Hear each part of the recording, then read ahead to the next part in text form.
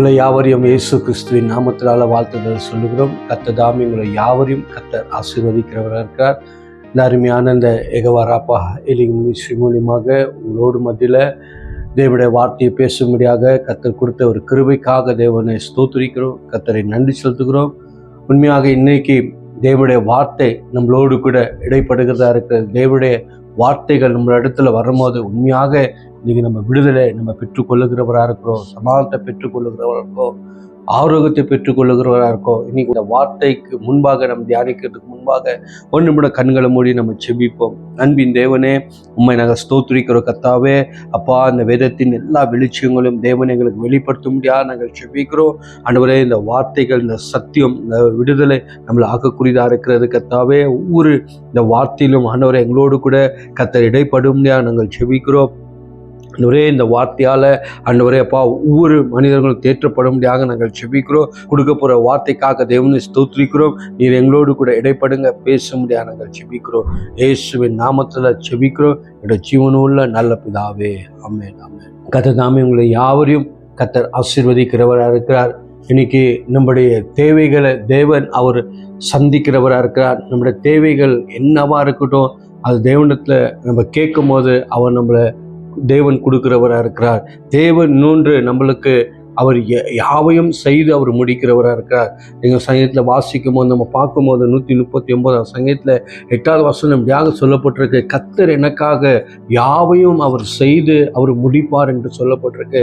இதோ முடிக்கிறேன்னு இல்லை, அவர் எல்லாத்தையும் நம்மளுக்கு முடிக்கக்கூடிய தேவன் நம்மளோடு கூட இருக்கிறார்.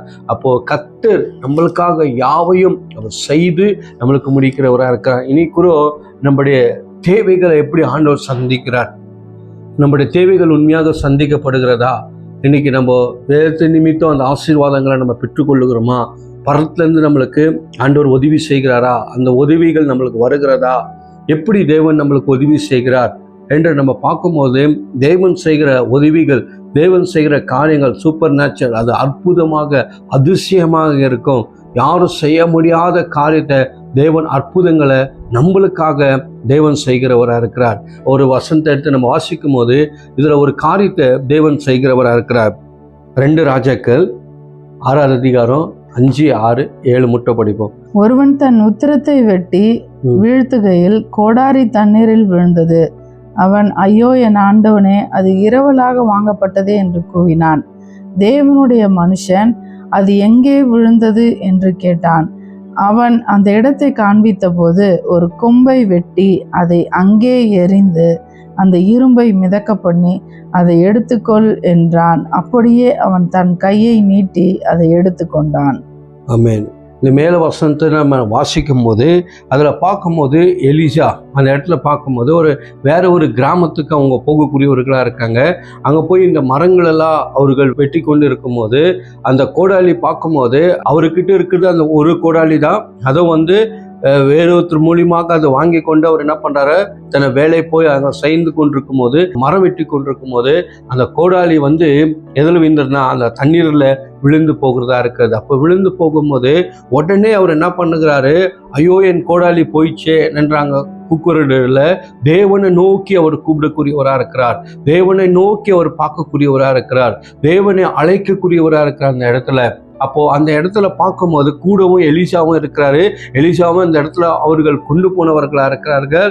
அப்போ அந்த இடத்துல இருந்து அந்த மரத்தெல்லாம் வெட்டி சில வீடுகளெல்லாம் கட்டும்படியாக, சில காரியங்களுக்கு பயன்படுத்த முடியாங்க அந்த கோடாலியை அவர் வைத்து கொண்டிருக்கிறாரு. அந்த கோடாலியை அந்த நதிக்குள்ள, அந்த தண்ணீருக்குள்ள அது விழுந்து போனதா இருக்கிறது. அப்போ அந்த இடத்துல அவர் யாரையும் நோக்கி கூப்பிடல, ஐயோ தேவனே தேவனே என்று அந்த இடத்துல அவர் கர்த்தரை நோக்கி பார்க்கக்கூடியவராக இருக்கிறார், தேவனை நோக்கி கூப்பிடுகிறவராக இருக்கிறார். அப்போ அந்த இடத்துல உடனே எலிசா வருகிறார். எலிசா கேட்கக்கூடியவராக இருக்கிறார், அந்த கோடாலி எங்கே விழுந்தது என்று பாருங்க. அந்த இடத்துல அவர் ஒரு காரியத்தை அங்கே தேவனை நோக்கி அவர் முதலாவது கூப்பிடுகிறாரு. 2வது எலிசா அங்கே ஒரு அற்புதத்தை செய்யும்படியாக அங்க இருக்கிறவராக இருக்கிறார். அப்போ அந்த இடத்துல கேட்கிறாரு, அந்த கோடாலி எங்க விழுந்தது என்று கேட்கிறார். அப்போ அந்த இடத்துல அவர் சொல்லுகிறாரு, குறிப்பிட்ட இந்த இடத்துல இந்த கோடாலி விழுந்தது என்று. அப்போ அங்க இருக்கிற ஒரு குச்சியை அவர் வெட்டி என்ன பண்ணுறாரு, அதை போடக்கூடியவராக இருக்கிறார். அப்போ அந்த இடத்துல பார்க்கும் போது என்ன ஆகுறது என்றால், அந்த இரும்பு தண்ணிக்குள்ள இருந்த இரும்பு மேலே மெதுங்கக்கூடிய காரியத்தை பார்க்கக்கூடியதாக இருக்கிறது. அல்லேலூயா. இப்போ அந்த இடத்துல பார்க்கும்போது அந்த இடத்துல எலிசா எப்படியாப்பட்ட ஒரு அற்புதத்தை அங்கே செய்கிறார் என்று பார்க்கும்போது, ஒரு இரும்பை ஒரு மேக்னெட் போட்டு இல்லை எதோ போட்டு தான் நம்ம இதை எடுக்க முடியும். இன்னொன்று பார்க்கும்போது ஒரு ஏரிக்குள்ளேயாகட்டும் இல்லை எதில் ஒரு தண்ணிக்குள்ளே விழுந்துச்சுன்னா அது ஈஸியாக கண்டுபிடிக்க முடியாத ஒரு சேற்றுக்குள்ளே போய் அதை மாட்டிக்கொள்ளும். ஆனால் இந்த இடத்துல பார்க்கும்போது இவனுடைய பிரயாசத்தை தேவன் பார்த்தவரா இருக்கிறார். இவனுடைய அந்த கூக்குரலை தேவன் பார்த்தவரா இருக்கிறார். அவனோ அதுல உண்மையாக இருந்திருக்கலாம் ஒருவேளை. அப்ப அந்த இடத்துல பார்க்கும்போது எலிசா கேட்கக்கூடிய காரியம் என்ன, அது எங்க விழுந்தது என்று. அப்ப அந்த இடத்துல குறிப்பிட்ட அவர் சொன்ன இந்த இடத்துல தான் விழுந்தது என்று சொல்லும் போது அந்த இடத்துல இருந்து மெதுக பண்ணுகிறவரா இருக்கிறார். கர்த்தருக்கு ஸ்தோத்திரம். அப்ப பாருங்க, தேவனால முடியாத காரியம் ஒன்றுமே கிடையாது. இந்த உலகத்துல யாராலையும் இந்த காரியத்தை செய்யவே முடியாது. ஆனா எலிசா அந்த இடத்துல செய்யக்கூடியவராக இருக்கிறார். ஒரு தண்ணியிலேருந்து ஒரு இரும்பு அந்த ஒரு கனமுள்ளது அது மேலே மெதுங்குதுன்னா அப்போ பாருங்க, இது யாருக்கு செய்யறாருன்னா நம்மளுக்காக தேவன் அற்புதங்களை செய்கிறவராக இருக்கிறார். அப்போ தேவன் நம்மளுக்கு இன்னும் அநேக காரியங்களும் அற்புதங்களையும் தேவன் செய்கிறவராக இருக்கிறார்.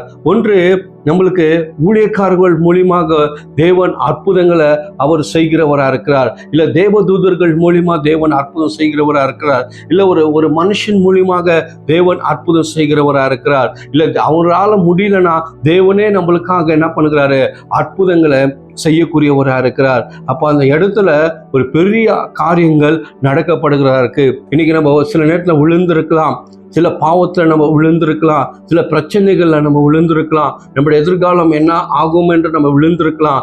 ஆனால் நம்மளை எழுப்பக்கூடிய ஒரு தேவன் இருக்கிறார். நம்மளை தட்டி எழுப்பக்கூடிய ஒரு தேவன் நம்மளோடு கூட இருக்கிறார். நம்ம எங்கே விழுந்தோமோ, எங்கே தலை குனிந்தோமோ, எந்த இடத்துல நம்ம விழுந்தோமோ அங்கே எழுப்பி நம்ம எழுந்து போனதை மறுபடியும் பெற தேவன் நம்மளுக்கு கிருபை தருகிறவராக இருக்கிறார். ஐயோ, நம்மளோட வாழ்க்கை முடிந்தது, அவ்வளோதான், என் வாழ்க்கை முடிஞ்சிச்சு என்ற ஒரு வேளை நீங்கள் கலக்கத்தோடு இருக்கலாம், வேதனையோடு இருக்கலாம்.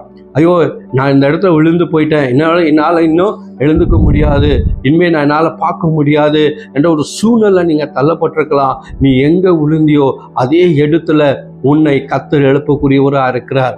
ஒருவேளை உன் எல்லாம் கைவிடப்பட்டிருக்கலாம், உன்னோட சொந்த பந்தங்கள் உன்னை தள்ளி விட்டுருக்கலாம், உன் நண்பர்னால கைவிடப்பட்டிருக்கலாம், இல்லை யார் மூலியமாக நீங்கள் நிந்தைகள் அவமானப்பட்டிருக்கலாம். ஆனால் அதே கிராமத்தில் அதே இடத்துல உங்களை உயர்த்தக்கூடிய ஒரு அருமையான தேவன் நம்மளோடு கூட இருக்கிறார். கர்த்தருக்கு ஸ்தோத்திரம். பாருங்க, தேவன் வேதத்துல செய்த அற்புதங்கள் மகத்துவங்கள்லாம் பார்க்கும்போது தேவன் இஸ்ரேல் ஜனங்களுக்காக, தேவனுடைய பிள்ளைகளுக்காக தேவன் அற்புதங்களை செய்தவராக இருக்கிறார். முதல்ல அவர் பார்க்குறாரு, அந்த அடிமதனத்திலிருந்து அந்த இஸ்ரேல் ஜனங்களை கர்த்தரை ஆராதிக்கும்படியாக கொண்டு வருகிறவராக இருக்கிறாங்க. இந்த இடத்துல பார்க்கும்போது பார்வோன் ராஜா விரோதமாக எழும்பி வருகிறாங்க. இந்த இடத்துல பார்க்கும்போது ஒரு பெரிய செங்கடல் அவருக்கு எதிர்த்து நின்று கொண்டிருக்கிறது. அந்த செங்கடலை பார்க்கும்போது பெரிய ஒரு சமுத்திரம். அந்த சமுத்திரத்தை ஆண்டவர் என்ன பண்ணுகிறாரு, மோசையோடு அந்த கோலை நீட்டும் போது என்ன ஆகுறாங்க, அந்த சமுத்திரம் ரெண்டாக பிளக்கக்கூடியதாக இருக்கிறது. ஹல்லேலூயா. தேவன் அந்த சமுத்திரத்திலே ஒரு ரோடு போடுகிறவராக இருக்கிறார். அப்போ பாருங்க, தேவன் இது யாருக்காக செய்தார் என்று பார்க்கும்போது ஏதோ ஒரு பெரிய ராஜாக்காக செய்யல, அவரை நம்பின ஜனங்களுக்கு, அவர் ஆராதிக்கிற ஜனங்களுக்கு தேவன் கடலே ரெண்டாக பிளக்கக்கூடிய தேவனாக இருக்கிறார். இது எப்படி சாத்தியம்? இது யாரால முடியும்? நம்மளோட தேவனால முடியும். அப்போ தேவன் நம்மளுக்காக கடலையும் ரெண்டாக பிளப்பார், கடல்ல வழிகளை உண்டாக்குற தேவனா இருக்கிறார். இன்னைக்கு யாரால இப்படி செய்ய முடியும்? தேவனுடைய பிள்ளைகளுக்காக, அவர் அழைச்ச பிள்ளைகளுக்காக, தேவன் அழைத்த அவர் ஆராதிக்கிற பிள்ளைகளுக்காக தேவன் அதிசயங்களும் அற்புதங்களையும் செய்யக்கூடியவரா இருக்கிறார். அப்ப அந்த இடத்துல பார்க்கும்போது இந்த ஜனங்க போற வரைக்கும் அந்த சமுத்திரம் திறந்தே இருந்ததான். அப்ப அந்த விரோதிகள் வரும்போது அவர்களோட அந்த இடம் அப்படியே மூடப்பட்டதுதான். அப்போ அது வரைக்கும் அந்த செங்கடல் எந்த அளவுக்கு உயர்ந்திருக்கும், எந்த அளவுக்கு திறக்கப்பட்டிருக்கும். அப்போ பாருங்க, அந்த இடத்துலையும் தேவன் அற்புதங்களை செய்கிறவராக இருக்கிறார். அப்போ பாருங்க, தேவன் இஸ்ரேல் ஜனங்களுக்கு அவர்கள் கேட்கிறார்கள், தேவனை நோக்கி கூப்பிடுகிறார்கள், முறமுறி அவர்கள் பின்வாங்கி போனாலும், அவர்கள் என்ன பண்ணாலும் தேவன் என்ன பண்ணுகிறாரு, அவருடைய காரியங்களெல்லாம் ஏற்றுக்கொண்டு தேவன் அதிசயங்களை செய்கிறவரா இருக்கிறார். மன்னாவை கேட்குறாங்க, மன்னாவை ஆண்டவர் கொடுக்குறாரு, இறைச்சியை கொடுக்குறாரு. அவருக்கு குளுமையா இருக்கணும் என்று எல்லா விதமான ஆகாரத்தையும் தேவன் அவருடைய பிள்ளைகளுக்கு தேவன் கொடுக்கக்கூடியவராக இருக்கிறார். நம்மளை போ என்று தள்ளிவிட மாட்டார். நம்மளை நீ விழுந்து போயிட்ட ஒன்று அவ்வளோதான் உன்னால் ஆக முடியாதுன்னு சொல்ல மாட்டார். தேவன் நம்மளை எல்லாவற்றிலும் அவர் எழுப்பக்கூடிய ஒரு அருமையான தேவன் நம்மளோடு கூட இருக்கிறார். ரெண்டாவது பார்க்கும்போது எரிகோ கோட்டை அவர்களுக்கு முன்பாக நின்று கொண்டிருக்கு. அதெல்லாம் பார்க்கும்போது பயங்கரமாக எவ்வளோ அடி, அந்த உயரம், அந்த பெரிய அந்த காம்பவுண்டு கட்டி அவர்கள் வைத்திருந்தார்கள். ஆனால் இஸ்ரேல் ஜனங்களுக்காக, தேவனுடைய பிள்ளைகளுக்காக அவர் செய்த அற்புதங்கள் பார்க்கும்போது அது சொல்றார், 7 நாள் அதை சுற்றி வாங்க என்றார். அப்போ 7வது நாள் அந்த இடத்துல பார்க்கும்போது அதுக்கு எந்த ஒரு மனுஷனும் தேவையில்லை, ஒன்றும் இல்லை. தேவன் ஒரு வார்த்தை அந்த இடத்துல கட்டளையிடும் போது அது எவ்வளோ உயரமாக இருக்கட்டும், அது எவ்வளோ ஸ்ட்ராங்காக இருக்கட்டும், அது எவ்வளோ நின்று கொண்டிருக்கலாம், அது ஆண்டவர் ஒடித்து போட ஒரு நிமிஷம் போதாது. அந்த மாதிரி ஒரு தேவன் நம்மளோடு கூட இருக்கார். இன்னைக்கு கூட நம்மளோட வாழ்க்கையில் அநேக எரிகம் போல நம்மளோட வாழ்க்கையில் அநேக தடைகள் இருக்கலாம், அநேக பிரச்சனைகள் நம்மளோட வாழ்க்கையில் இருக்கலாம். முடியாத, எழுந்துக்க முடியாமல் சூழ்நிலை நீங்கள் தள்ளப்பட்டிருக்கலாம். ஆனால் உன்னை எழுப்பக்கூடிய தேவன், உன்னை தேற்றக்கூடிய தேவன் உன்னோடு கூட இருக்கிறார். இன்னைக்கு எதை குறித்து பயப்படாதீங்க, எதை குறித்து கலங்காதீங்க. ஐயோ இதை தாண்டி நான் எப்படி போகுவேன், இதை நான் எப்படி முடிப்பேன் என்று வாழ்க்கை நினைக்காதீங்க. உனக்கு முடித்து கொடுக்க, உன்னை உயர்த்த முடியாத கர்த்தர் உன்னோடு கூட இருக்கிறார். அதனால தேவன் நம்மளோடு கூட இருக்கும் போது எல்லாவற்றிலும் அவர் வெற்றியை அவரை சிறக்க பண்ணுகிற ஒரு அருமையான தேவன் நம்மளோடு கூட இருக்கிறவரா இருக்கார். அப்போ தேவன் இன்னும் பாருங்க, அற்புதங்களை தேவன் நம்மளுக்கு செய்து கொண்டு தான் இருக்கிறார், அற்புதங்களை செய்கிறார். ஆனா இந்த இடத்துல கூட அந்த மனுஷனும் தன்னை வாழ்க்கையில இழந்து போனதை அவனுக்கு என்ன பண்றது, மறுபடியும் அவன் கை கிடைக்கும், அது எவ்வளவு ஒரு சந்தோஷம் உண்டாகும். ஐயோ நானோ திருத்துக்கு, நானோ வெளியே அதை கடத்துக்கு நான் வாங்கிட்டு வந்தேன், அந்த கோடாலியோ தண்ணீரில் விழுந்து போனது என்று அவன் கலக்கத்தோடு இருக்கும் போது மறுபடியும் அந்த கோடாலி அவன் கையில் கிடைக்கும் போது எப்படியாப்பட்ட ஒரு சந்தோஷம்.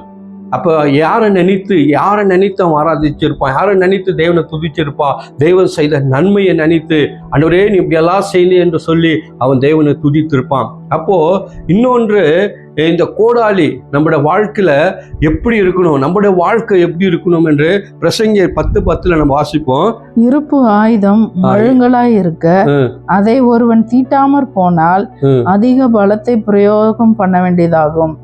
ஆகையால் ஒரு காரியத்தை செவ்வையாய் செய்வதற்கு ஞானமே பிரதானம். ஒரு காரியம் செய்வதற்கு ஞானமே பிரதானம் என்று சொல்லப்பட்டிருக்கு. இந்த இடத்துல பார்க்கும்போது அந்த கோடாலியானது அது ஷார்ப்பா இல்லைன்னா நம்முடைய வேலைகள் அதிகமாகுமா,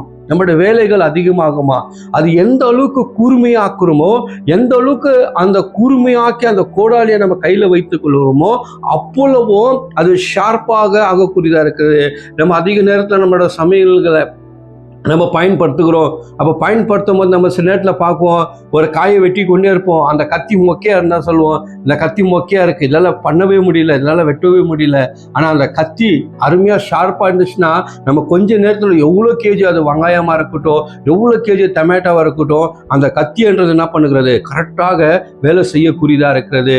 என்றைக்கும் அது ஷார்ப்பானதை தான் நம்ம என்ன பண்ணுவோம், விரும்பக்கூடியவங்களாக இருக்கிறோம். அதை மொக்கையாக இருந்தோம்னா அது என்ன பண்ணுறதில்ல, அது நம்ம யூஸ் பண்றதே கிடையாது. ஏன்னா அதனுடைய பலன் குறைந்து போயிருக்கும், அது சரியான முறையில் கட்டு பண்ணாது, அப்படியாக இருக்கும். இன்னொன்று பார்க்கும்போது அந்த காரியத்தில் இன்னைக்கு நம்ம எதை ஏற்றுக்கொள்ளுவோம் என்று பார்க்கும்போது ஷார்ப்பானதை தான் நம்ம ஏற்றுக்கொள்ளுவோம். ஒருவேளை இன்னைக்கு நம்முடைய வாழ்க்கையில, ஆவிக்குரிய வாழ்க்கையில இன்னைக்கு நம்ம சரியான இதில் ஷார்ப்பா இல்லாமல் இருக்கலாம், ஜெபத்துல சரியான காரியங்கள்ல நம்ம இருக்கலாம் நேரத்தில். ஒருவேளை இன்றைக்கு நம்ம எப்படி அந்த கத்தியை கூர்மையாக்கணுமோ அதை போல நம்முடைய ஆவிக்குரிய வாழ்க்கையில கூட நம்ம கூர்மையாக்கும் போது, நம்ம புத்திவானாய் இருக்கும் போது, நம்ம காரிய சித்தரா நம்ம இருக்கும் போது தேவன் நம்மளுடைய எல்லா காரியங்களும் அவர் வாய்க்க பண்ணுகிறவரா இருக்கிறார். கர்த்தருக்கு ஸ்தோத்திரம், ஹல்லேலூயா. இப்ப பாருங்க, சில இந்த கத்திகள், சில இந்த கோடாலி, இரும்பு ஆயுதங்கள் எல்லாம் பார்க்கும்போது துரும்பு பிடிச்சி ஒரு பக்கம் விழுந்து கிடக்கும். துரும்பு பிடிச்சி அது ஒன்றுத்துக்கும் யூஸ் இல்லாமல் இருக்கலாம், ஒருவேளை அதை பயன்படுத்த முடியாமல் இருக்கலாம். ஆனால் அதை மறுபடியும் எடுத்து அதை சுத்தப்படுத்தி அதை கூர்மையாக ஆக்கும் போது அதோட எல்லா அது மேல இருந்த அந்த அந்த துரும்புகள் அந்த இதெல்லாம் போயிடும் போது அதோட கத்திக்கு அந்த கோடாலிக்கு ஒரு ஷைன் வரும் பாருங்க. அது எப்படி நம்மளால விவரிக்கவே முடியாது. எப்படா இது ஒண்ணுமே இல்லாம இருந்துச்சு, துரு பிடிச்சிருந்துச்சு, கருப்பா இருந்துச்சு, இப்படி அதை நம்ம எடுத்து அதை பயன்படுத்தும் போது அப்படி அது ஒரு ஷார்ப்பாக வர்றது போல் தான் இன்னைக்கு நம்முடைய வாழ்க்கையிலோ இன்னைக்கு நம்ம எதுலையோ நம்ம விழுந்திருந்தோம், எதுலையோ நம்மளோட வாழ்க்கை இன்னைக்கு போய் கொண்டிருந்தது. இன்னைக்கு ஒரு ஷார்ப் இல்லாமல் நம்மளோட வாழ்க்கையில் இருந்தோம், துருப்பிடிச்சு நம்ம வாழ்க்கை இருந்தோம். ஆனால் கர்த்தர் நம்மளை கொண்டு எல்லாருக்கும் முன்பாக நம்மளை ஷைன் பண்ணி நம்மளுடைய தலையை உயர்த்தி கர்த்தர் நம்மளை வைத்திருக்கிறார்னா தேவனுக்கு நம்ம ஸ்தோத்திரம் பண்ணுகிறவராக இருக்க வேண்டும், தேவனை நம்ம மகிமைப்படுத்துகிறவராக இருக்கிறோம். இன்னைக்கு ஜனங்க பார்த்து சொல்லுவாங்க, இது உன்னால முடியாது, இது உன்னால ஆகாது, அவ்வளோதான், முடிஞ்சிச்சு உன் லைஃப்பு, முடிஞ்சிச்சு, நீ இதுக்கு மேலே என்ன பண்ணியும் ஒன்றும் நடக்க முடியாதுன்னுவாங்க. ஆனால் நம்மளை அழைச்ச தேவன் நம்மளோடு கூட அவர் இருக்கிறவராக இருக்கிறார். ஹல்லேலூயா. இன்னைக்கு நம்மளோட வாழ்க்கையில் எந்த அளவுக்கு நம்மளுடைய ஆவிக்குரிய வாழ்க்கையிலையாகட்டும் நம்ம எந்த அளவுக்கு நம்ம ஷார்ப்பாக இருக்கிறோமோ இன்னைக்கு அந்த போல இன்னைக்கு நம்ம இருக்கும்போது தேவன் நம்மளை பயன்படுத்துகிறவராக இருக்கிறார். இன்னைக்கு பாருங்க, எந்த வீட்டிலேயே ஆகட்டும் அந்த கூர்மையானது தான் விரும்பக்கூடியவர்களாக இருக்கிறாங்க. அப்போ அந்த கூர்மையாக இருக்கிற அந்த கத்தியை பார்த்தா எல்லாரும் விரும்பக்கூடியவர்களாக இருக்கிறாங்க, ஏற்றுக்கொள்ளக்கூடாக இருக்கிறாங்க. அதை போல நம்மளும் நம்மளுடைய எல்லா காரியங்களையும் நம்ம கூர்மையாக இருக்கும் போது ஆண்டவர் சொல்லுகிறார், நம்முடைய எல்லாமே அந்த ஞானத்து காரணம் என்று சொல்லப்பட்டுகிறது.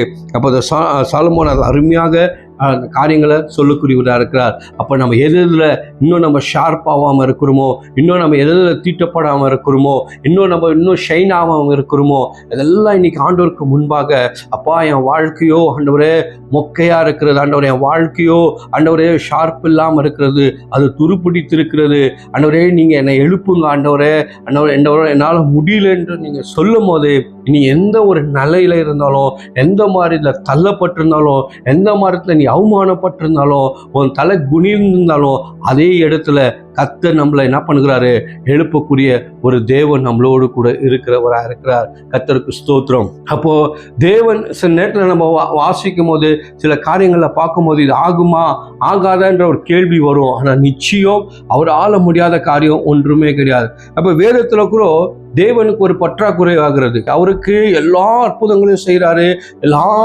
நன்மைகளும் செய்து கொண்டு வராரு, எல்லாமே பண்றாரு. ஆனா அவருக்கே பணம் தேவைப்படுகிறதா இருக்கிறது, அவருக்கே சில தேவைகள் தேவைப்படுகிறதா இருக்கிறது, ஏசப்பாக்கே சில தேவைகள் தேவைப்படுகிறதா இருக்கு. ஆனா அந்த தேவைகள் எப்படி ஆண்டவர் ஞானமாய் செயல்படுகிறார், எப்படி அந்த காரியத்தை ஈடுபடுகிறார் என்று பார்க்கும்போது அந்த இடத்துல அற்புதத்தை செய்யக்கூடியவராக இருக்கார். பாருங்க, மத்திய சுவிசேஷத்துல 17ஆம் அதிகாரம் 27. ஆகிலும் நாம் அவர்களுக்கு இடரலாய் இராதபடிக்கு நீ கடலுக்கு போய் தூண்டில் போட்டு முதலாவது அகப்படுகிற மீனை பிடித்து அதன் வாயை திறந்து பார், ஒரு வெள்ளி பணத்தை காண்பாய், அதை எடுத்து எனக்காகவும் உனக்காகவும் அவளிடத்தில் கொடு என்றார். ஆமென், ஹல்லேலூயா. இப்ப பாருங்க, சிலருக்கு இடர்தலா இல்லாதபடிக்கு ஏசப்பாக்கு அந்த இடத்துல என்னாச்சுன்னா அவருக்கு பணம் தேவைப்பட்டதா இருக்கிறது. அப்ப அந்த இடத்துல பார்த்து பேதுருக்கு ஒரு வார்த்தை ஆண்டவர் சொல்றாரு, நீ போ அந்த சமுதிரத்துல தூண்டி போடு, அதுல முதலாவது அகப்படுற மீன்ல ஒரு காயின் இருக்கும், அந்த காயின் என்ன பண்ணு, எடுத்துட்டு உனக்காகவும் எனக்காகவும் நீ என்ன பண்ணு, கட்டு என்று சொல்லப்பட்டுகிறது. அப்ப பாருங்க, இந்த வேலை யாருக்கு கொடுத்தா அந்த வேலையை கரெக்டா செய்வார் என்று தேவனுக்கு தெரியும். எந்த வேலையில நம்மளை இறக்கி விட்டா அந்த காரியங்கள் கரெக்டா காரியம் செய்து வருவாங்க, புத்தியா செய்வாங்க என்று தேவனுக்கு தெரியும். அதனால பேதுரை பார்த்து என்ன பண்றாங்க, அவரு கூட 12 சீஷர் இருந்தாங்க, 12 சீஷரை கூப்பிட்டு இந்த வேலையை கொடுக்கல, பேதுருக்கு அந்த வேலையை கொடுக்குறாரு. ஏன்னா பேதுரு போனார்னா அந்த இடத்துல புத்திமானாய் நடந்த ஒரு ஷார்ப்பாக சில காரியங்களை அவர் என்ன பண்ணுவாரு, செய்து வருவார் என்று ஆண்டவருக்கு தெரியும். அதே போல அவர் என்ன பண்றாரு, அந்த தூண்டியை எடுத்துக்கொண்டு போறார். ஒருவேளை நீங்க நினைத்து பாருங்க, இந்த வேலைகள் நம்மளுக்கு கொடுத்திருந்தா, இல்ல நம்மளுடைய வாழ்க்கையில அந்த மாதிரி ஒரு தேவைகள் ஆகும் போது, நம்மளோட வாழ்க்கையில ஒரு பெரிய பிரச்சனை நம்ம மாட்டிக்கிறோம், சில தேவைகள் வரும்போது நம்ம பெனாத்தி கொண்டுதான் இருப்போம். இது ஆகுமா, முடியுமா, ஐயோ நான் என்ன பண்றது, என்னால என்ன செய்ய முடியும் என்று நம்ம என்ன பண்றது, தேவனை நோக்கி நம்ம பார்க்கறது கிடையாது. ஆனா தேவன் அந்த இடத்துல அவர்களுக்கு இடர்றது இல்லாதபடிக்கு பேதுரை பார்த்து அனுப்புகிறார். கரெக்டா போய் என்ன பண்றாரு, எத்தனையோ கோடி மீன்கள் சமுதிரத்துல இருக்கிறது, அதுல போய் நம்மளால எப்படி ஒரு கற்பனை பண்ணியிருப்போம், இவ்வளோ கோடி சமுதிரத்துல எவ்வளோ மீன்கள் இருக்கு, இதுல எந்த மீனை பிடிக்கிறது, எந்த மீனை நம்ம போடுது. அப்ப அதெல்லாம் ஆண்டு சொல்றாரு, கரெக்டா சொல்றாரு, முதல் அகப்படுற மீன்ல அந்த காயின் இருக்கும்ன்ற சொல்றார். அதே போல பேதுரு அந்த விசுவாசமா அந்த இடத்துல அவர் போகக்கூடியவராக இருக்கார், அந்த தூண்டியை போடக்கூடியவராக இருக்கார். போட்டு எடுக்கும் போது அதுல அந்த காசு அவருக்கு எடுக்கக்கூடியதாக இருக்கிறது. ஹல்லேலூயா. அதை எடுத்து அவர் என்ன பண்றாரு, அவர் கூட இருந்த பேதுருக்கும் அதை வரி கட்டுகிறார் இருக்கார், பேதுருக்கும் அவர் என்ன பண்றாரு, கொடுக்கக்கூடியவராக இருக்கார். அப்போ தேவனோடு கூட இருக்கிற பிள்ளைகளுக்கு ஆண்டவர் அனாதையா விட மாட்டார். இன்னைக்கு நம்முடைய பிரச்சனைகளை கூட அவர் சரி பண்ணுகிறவர் தேவனா இருக்கிறார். இன்னைக்கு பாருங்க, சமுதிரத்துல இருக்கிற எத்தனையோ லட்சம் கோடிகள் பெரிய சமுதிரத்துல தேவன் பேசியிருக்கார். அப்ப தேவன் அந்த மீன் எங்கிருந்து எடுத்துட்டு வந்திருக்கோம் காயின்னு நினைச்சு பாருங்க. மீன் இன்னைக்கு மனுஷனுக்கே இன்னைக்கு மிருகங்களுக்கு பார்க்கும்போது 5 அறிவு கொடுத்துருக்கு, மனுஷனுங்களுக்கு 6 அறிவு இருக்கிறது. 6 அறிவு மனுஷன் கூட கீழ்படிறது கிடையாது. ஆனா ஒரு மீன் என்ன பண்ணுகிறது, கரெக்டா கீழ்படிஞ்சு அந்த காயினை எடுத்துக்கொண்டு வருகிறதா இருக்கு. அப்போ தேவன் அவருக்காகவும் யாவையும் அவர் செய்கிறவராக இருக்கார். தேவனுடைய பிள்ளைகளுக்காகவும் சமுதிரத்துல அற்புதங்களை செய்யக்கூடிய காரியங்களா இருக்கிறது. ஹல்லேலூயா. இன்னைக்கு நம்மளோட தேவைகள் எங்கிருந்து வரும் என்று நீங்க கலங்காதீங்க. ஐயோ, என்னோட பிரச்சனை யார் என்ன தீர்த்து வைக்குவாங்கோ, என் சூழ்நிலை யாருக்கு தெரியும், என் கண்ணீர் யாருக்கு தெரியும், ஐயோ நான் இந்த மாதிரி கஷ்டத்துல இருக்க, இந்த மாதிரி வேதனை இருக்க, ஐயோ நான் கடன் பிரச்சனையில், என் வாழ்க்கை பிரச்சனையில் இப்படி இருக்கிற, யார் இதை சரிப்படுத்த முடியும் என்று நினைக்கலாம். தேவன் யாரையும் எழுப்பக்கூடியவராக இருக்கிறார். ஒரு மீனே கட்டளை கொடுக்குறாருன்னா அந்த மீன் வாயில காயின் இருக்குதுன்னா அப்போ நினைத்து பாருங்க, நம்மளோட தேவன் எப்படியாப்பட்ட ஒரு தேவனை நம்ம ஆராதித்து கொண்டிருக்கிறோம், எப்படியாப்பட்ட தேவனோடு கூட நம்ம இருக்கிறோம். இன்னைக்கு நம்ம எழுந்து போனது நம்மளுடைய கர்த்தர் நம்மளுக்கு மறுபடியும் வர பண்ணுகிற ஒரு தேவனா இருக்கிறார். உங்க வாழ்க்கை நீங்க எதை எழுந்தாலும், இன்னைக்கு ஒருவேளை சத்ருக்கிட்ட நீங்க எழுந்திருக்கலாம், உங்களோட குடும்பங்கள்ல இல்லை உங்களோட வேலை ஸ்தானத்துல எங்க நீங்க உங்களோட வாழ்க்கை நீங்க எழுந்திருக்கலாம். ஆனா உன்னை அந்த இடத்துல உன் தலையை உயர்த்தும்படியாக கர்த்தர் உன்னை நடத்தக்கூடியவராக இருக்கிறார். கர்த்தருக்கு ஸ்தோத்திரம். தேவனுடைய வசனம் இப்படியாக அந்த வார்த்தைகளை நம்ம தியானிக்கும் போது, வசனங்களை கேட்கும் போதே தேவன் நம்மளுக்கு அற்புதங்களை அவர் செய்யக்கூடியவராக இருக்கிறார். கர்த்தர் இந்த வார்த்தைகளை கர்த்தர் ஆசீர்வதிப்பார்.